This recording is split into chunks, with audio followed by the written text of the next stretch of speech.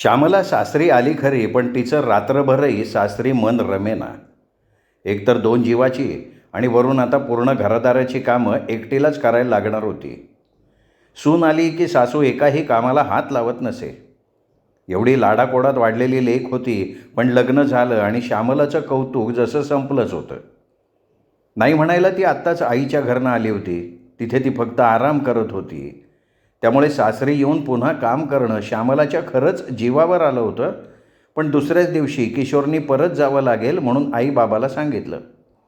त्याप्रमाणे किशोर आणि श्यामलानं तिसऱ्या दिवशी बंगलोरसाठी तयारी केली. ठरल्याप्रमाणे ते बंगलोरमध्ये पोहोचले. घरी जाईपर्यंत श्यामला पार गळून गेली होती. घरी गेल्या गेल्या तिने कसा तरी स्वयंपाक आटोपला आणि दिवसभर झोपी गेली. किशोर ड्युटीवर निघून गेला.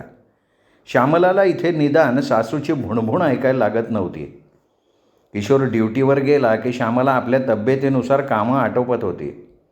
किशोरनं काही श्यामलाला अजूनपर्यंत इथल्या डॉक्टरला दाखवलं नव्हतं. अमरावतीच्या डॉक्टरचीच औषधं अजूनही श्यामला पुरवून खात होती. एक दोन वेळा श्यामलानं म्हटलं पण की आपण इथे डॉक्टरला दाखवूया का, तर किशोरनी आज दाखवू उद्या दाखवू म्हणून ते टाळलं. श्यामलाला आता साधारण 7वा महिना लागला होता, पण ओकऱ्या काही थांबायचं नाव घेत नव्हत्या.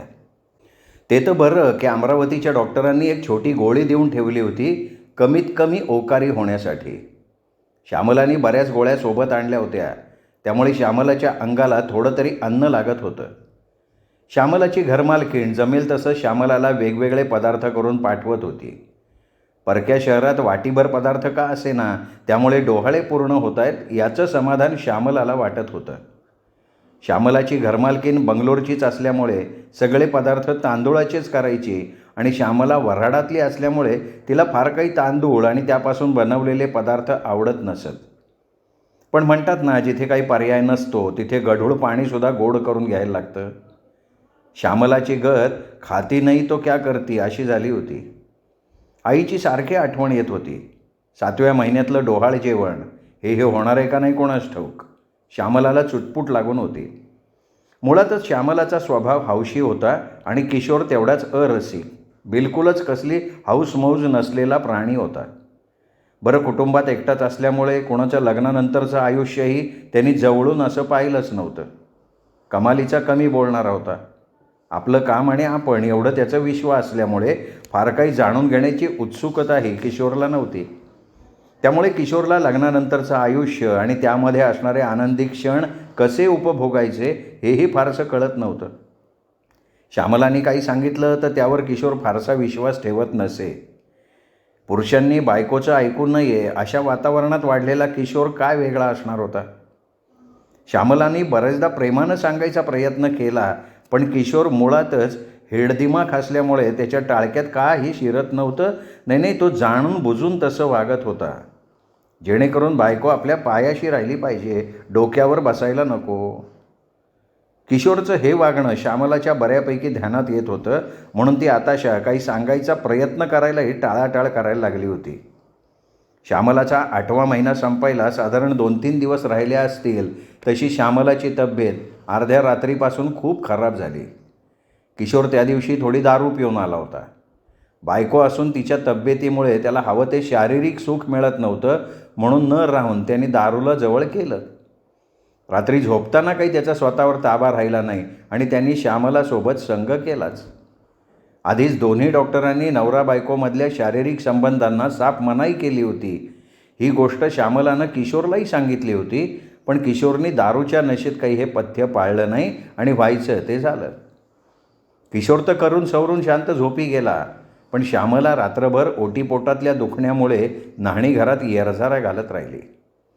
किशोरला उठवायचा तिने खूप प्रयत्न केला, पण तो दारूच्या नशेमुळे इतका गाढ झोपला होता की घर जरी पेटलं असतं तरी त्याला जाग आली नसती. श्यामला सकाळपर्यंत अगदी गळून गेली, कणत राहिली सकाळपर्यंत एकटी. सकाळी किशोर उठला तेव्हा पाहिलं श्यामला जमिनीवरच निपचित पडली आहे. तेव्हा त्यांनी श्यामलाला हाताने हलवलं तर श्यामलामध्ये बोलण्याचीही ताकद नव्हती.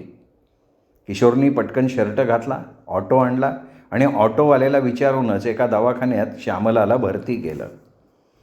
किशोरनी श्यामलाला एका दवाखान्यात घाईघाईनं भरती केलं तर खरं, पण त्याला पुढचं काही सुचेना. म्हणून त्यांनी जे काही 1-2 मित्र होते त्यांना फोन लावला. मित्र लगेच धावून आले. पण डॉक्टर म्हणाले श्यामलाला 3-4 दिवस भरती ठेवावं लागेल. श्यामलाच्या गर्भाशयातलं पाणी कमी झालं आहे आणि काळजी न घेतल्यामुळे बाळाला आणि आईला बरीच कमजोरी आली आहे. या दरम्यान किशोरनं सुट्टी घेतली, पण एक दिवस त्याला एका महत्त्वाच्या आणि इमर्जन्सी ड्युटीवर जायलाच लागणार होतं. CRPF पोलीस मुख्यालयाची काहीतरी महत्त्वाची कागदपत्रं दुसऱ्या शहरात न्यायची होती. त्याच्या ठिकाणी दुसऱ्या कोणालाही जाऊन चालणार नव्हतं. मित्रांनी, त्यांच्या बायकांनी धीर दिला की आम्ही आहोत. तसंही बरीच मदत ही मित्रमंडळी करतच होती. ठरलेल्या दिवशी किशोर ऑफिस कामासाठी बाहेरगावी निघून गेला. इकडे दवाखान्यात अनिलची बायको संगीता थांबेल असं ठरलं होतं, पण अनिलचा मुलगा पडल्यामुळे तिला घरी जायला लागलं. म्हणून मग दिवसभर अनिलनी थांबावं श्यामलाजवळ असं ठरलं. होतीच किती मित्रसंख्या, 2-3. त्यातही लग्न फक्त दोघांची झाली होती. लग्न झालेल्या दुसऱ्या मित्राचाही वेळेवर प्रॉब्लेम आल्यामुळे तो किंवा त्याची बायको दवाखान्यात येऊ शकली नाहीत. अनिल किशोरला कधीच आवडत नव्हता, पण अनिल खरंच स्वभावाने चांगला होता. कोणाच्याही अडीनडीला धावून जाणारा होता. त्याला मजाक करायची सवय होती, पण ही मजाक किशोरला कधी आवडायची नाही. ठरल्याप्रमाणे अनिल श्यामलासाठी दवाखान्यात डब्यात सोजी घेऊन आला आणि श्यामलाजवळच दवाखान्यात थांबला. श्यामलाला सलाईन सुरू होतं. नर्सनी तिला सोजी खाऊ घातली, पुन्हा सलाईन लावलं. अनिलने दिवसभर श्यामलाला बोर होऊ दिलं नाही. वेगवेगळे चुटकुले सांगून हसवत राहिला. अनिल माणूस म्हणून किती चांगला आहे हा विचार श्यामला मनातल्या मनात करत होती. अनिल स्वतः आनंदी राहून दुसऱ्यालाही आनंदी ठेवणारा व्यक्ती होता. अनिल जिथे जायचा किंवा असायचा तिथलं वातावरण खूप सकारात्मक असायचं. आजही श्यामलाच्या आजूबाजूला असंच वातावरण होतं. श्यामलाच्याही चेहऱ्यावर एक प्रकारची चमक आली होती. मन आनंदी असलं की कितीही मोठा आजार असो तो चुटकीसरशी बरा होत असावा, नाही का? श्यामला आज खरंच आनंदी होती. किशोर ड्युटीवरनं परतला तेव्हा अनिल श्यामलाच्या बेडच्या बाजूला असलेल्या स्टूलावर बसून श्यामलाला चुटकुला ऐकवत होता आणि श्यामला झोपल्या झोपल्या हसत होती. अनिलला पाहून किशोरचा माथा ठणकला. पण अडला हरी गाढवाचे पाय धरी ही म्हण किशोरनं रागाच्या घोटासोबत मनात बिंबवली आणि मनात नसतानाही अनिलकडे बघून किशोरनं स्मित केलं. अनिल उठून उभा झाला. किशोरला म्हणाला, तू आलास ना, आता मी निघतो. तशी लगेच श्यामला हळू आवाजात म्हणाली, भाऊजी थांबा ना थोडा वेळ तरी. झालं. किशोरचा माथा ठणकला. त्याला राग आला, पण अनिलनी नाही म्हणून सांगितलं आणि तो लगेच निघाला. इकडे किशोरनी श्यामलाकडे डोळे वटारून बडबड केली. श्यामलानं कानाडोळा केला, डोळे बंद करून घेतले. रात्रभर किशोर श्यामलाजवळ असूनही श्यामलाला तो जवळ आहे का नाही हे सुद्धा जाणवलं नाही. अर्ध्या रात्री जेव्हा तिला बाथरूमला जायला जाग आली तेव्हा किशोर बाजूच्या टेबलावर झोपलाय हे श्यामलाला दिसलं. आपल्यामुळे किशोरला टेबलवर काहीही न अंथरता झोपावं लागतं याचं तिला वाईटही वाटलं. श्यामलाने किशोरला आवाज दिला, पण तो दिवसभर बाहेरगावी गेला होता, त्यामुळे तो फार थकला होता आणि त्यामुळे किशोरला गाढ झोप लागलेली होती. श्यामलाचा आवाज ऐकून रात्रपाळीवर असणारी नर्स पटकन आली आणि श्यामलाला बाथरूमला हात पकडून घेऊन गेली. बाथरूमवरून आल्यावर श्यामला बेडवर पडल्या पडल्या बराच वेळ किशोरच्या चेहऱ्याकडे बघत होती आणि मनातल्या मनात म्हणत होती, काय पाहून लग्न करून दिलं माया बापानं या माणसासोबत. देवा, पुढचा जन्म द्यायचाच असेल तर मला पुरुषाचा दे, बाईच्या जातीत जन्माला घालूच नको. मनातल्या मनात एवढं बोलून श्यामलाने डोळे पुसले आणि झोपण्याचा प्रयत्न करायला लागले. श्यामलाला औषधोपचारांमुळे आता बरं वाटायला लागलं होतं, म्हणून डॉक्टरांनी सकाळी सुट्टी दिली, पण पुन्हा बजावून सांगितलं, बाळाची आई काळजी घ्या. किशोरनी मोठ्या आज्ञाधारकपणे डॉक्टर पुढे मान हलवली. श्यामला पाहत होती. मनात विचार करायला लागली, खरंच हे बेनं माई आणि होणाऱ्या बाळाची काळजी घेईन का? किशोरचा राग आला की श्यामला मनातल्या मनात त्याला बेनं म्हणायची. बेनं म्हणजे अतिशय वाईट माणूस. तेवढ्यात किशोरनी तिला आवाज दिला, दवाखान्याच्या पायऱ्या उतरून खालपर्यंत चाल, मी ऑटो आणतो. श्यामलाला पायऱ्या उतरण्यासाठी मदत न करता किशोर लगेच ऑटो आणायला निघून गेला. श्यामलानं दवाखान्यातली तिची औषधी, जे काही थोडं सामान होतं ते एका पिशवीत भरलं आणि दवाखान्याच्या पायऱ्या उतरून खाली येऊन एका झाडाच्या सावलीच्या जागी बसली. बराच वेळ झाला किशोर ऑटो घेऊन अजूनही आलाच नाही.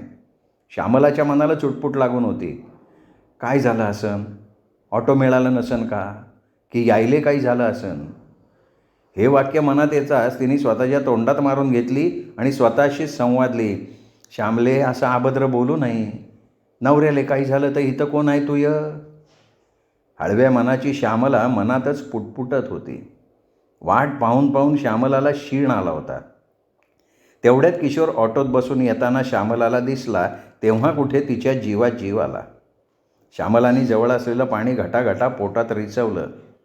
काळजीने श्यामलाच्या घशाला कोरड पडली होती. किशोरने आल्या आल्या श्यामलाला सांगितलं की जवळपास ऑटोच सापडत नव्हता म्हणून दूर जायला लागलं. श्यामलानं हो म्हणून त्याच्या बोलण्याला उत्तर दिलं आणि फार काही न बोलता ऑटोत जाऊन बसली. दोघंही घरी आले. श्यामला दवाखान्यात असल्यामुळे घराची पार राया गेली होती.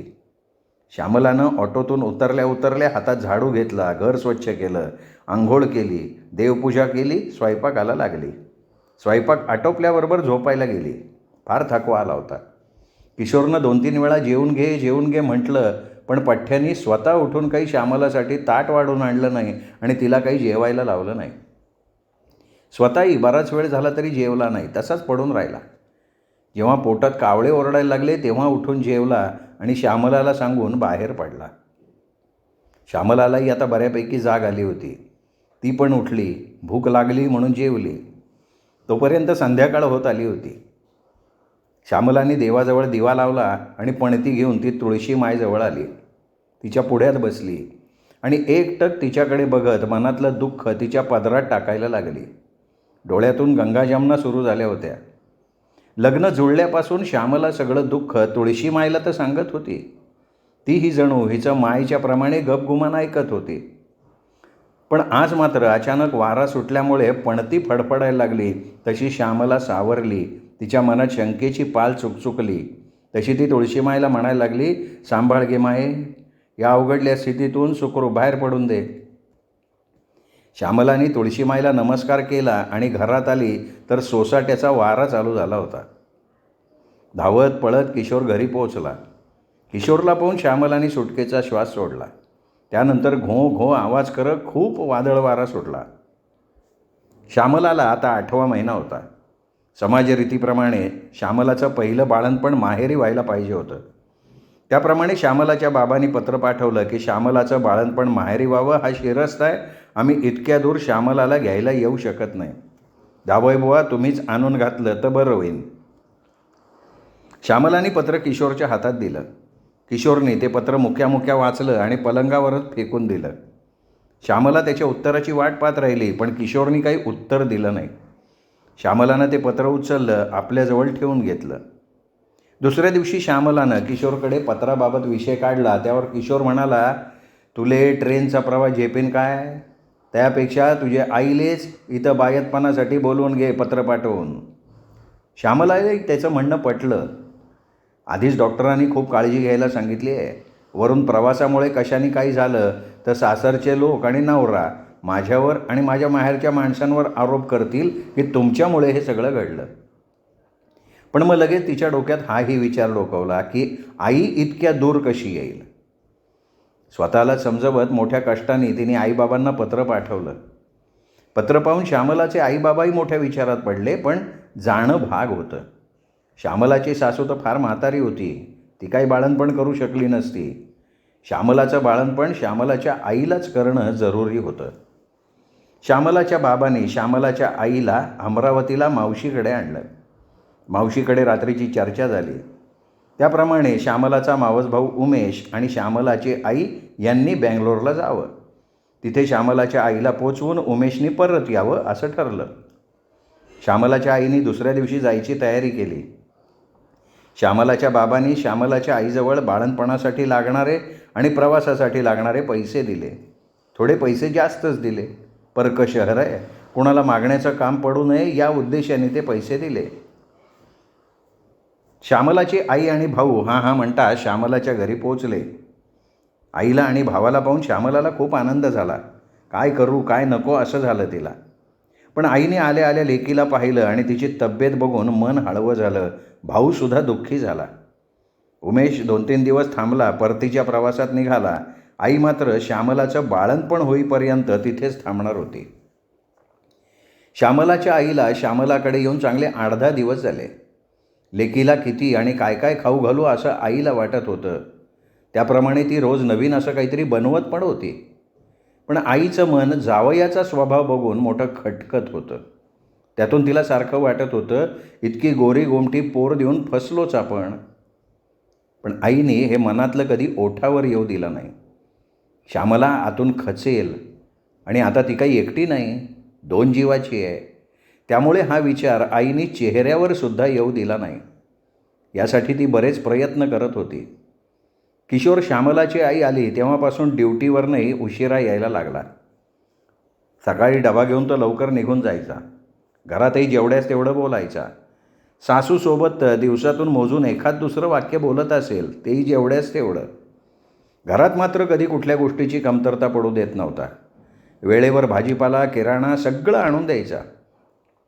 पण संसार म्हणजे काही फक्त किराणा, भाजीपाला आणून रांधून खाणं नव्हे. संसारात छोट्या मोठ्या प्रसंगातून निर्माण झालेला विनोद हवा, लुटूपुटूचं भांडण हवं, कधी रुसवा हवा, तर कधी उगाचच आनंदी होणं पण हवं. माणूस घरात आला तर एक नकळतपणे घराला आलेला आदर हवा, भारदस्तपणा हवा, एक प्रेमळपणा हवा, एक जबाबदारी हवी असते. पण श्यामलाच्या घरात श्यामलाच्या आईला असं काहीच जाणवत नव्हतं. श्यामला आणि जावई 2 वेगवेगळ्या ध्रुवावरचे प्राणी जबरदस्तीनं एकत्र आणून बसवल्यासारखेच वाटत होते. किशोर सासू आली तेव्हापासून घरात कशाचीही कमतरता पडू देत नव्हता. हे जरी खरं असलं तरी सासूला कमतरता वाटत होती ती जावयाच्या स्वभावाची, जो एका यंत्रासारखा वागत होता. तसं पाहिलं तर वरवर नावं ठेवायला कुठे जागा दिसत नव्हती. पण आपल्या लेकीचा संसार सुखासमाधानाचा आहे हे काही बानाईला दिसत नव्हतं. श्यामलाचा दवाखानाही व्यवस्थित सुरू होता. पण हसून खेळून कुटुंबात जे वातावरण हवं असतं ना, ते काही तिच्या आईला जाणवत नव्हतं. आई आतल्या आत म्हणायची, म्हणूनच श्यामलाच्या तोंडावर कवाच लग्नाचं तेज दिसलं नाही. पोरगी जशी सोरटली बापा. देवा काय करावं बरं. पहिले माहीत असतं तर माई एवढी गुणाची लेक दिलीच नसती अशा माणसाले. आईचं मन होतं ते. मनातल्या मनात हळहळत होतं.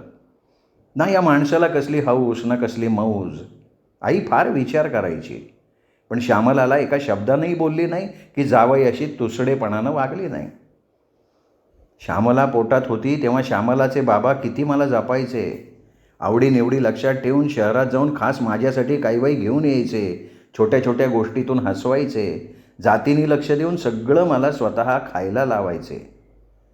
आईला तिचे श्यामला पोटात असतानाचे दिवस आठवत होते. आणि श्यामलाला आत्ता असं या परिस्थितीत बघून तिला रडायला येत होतं.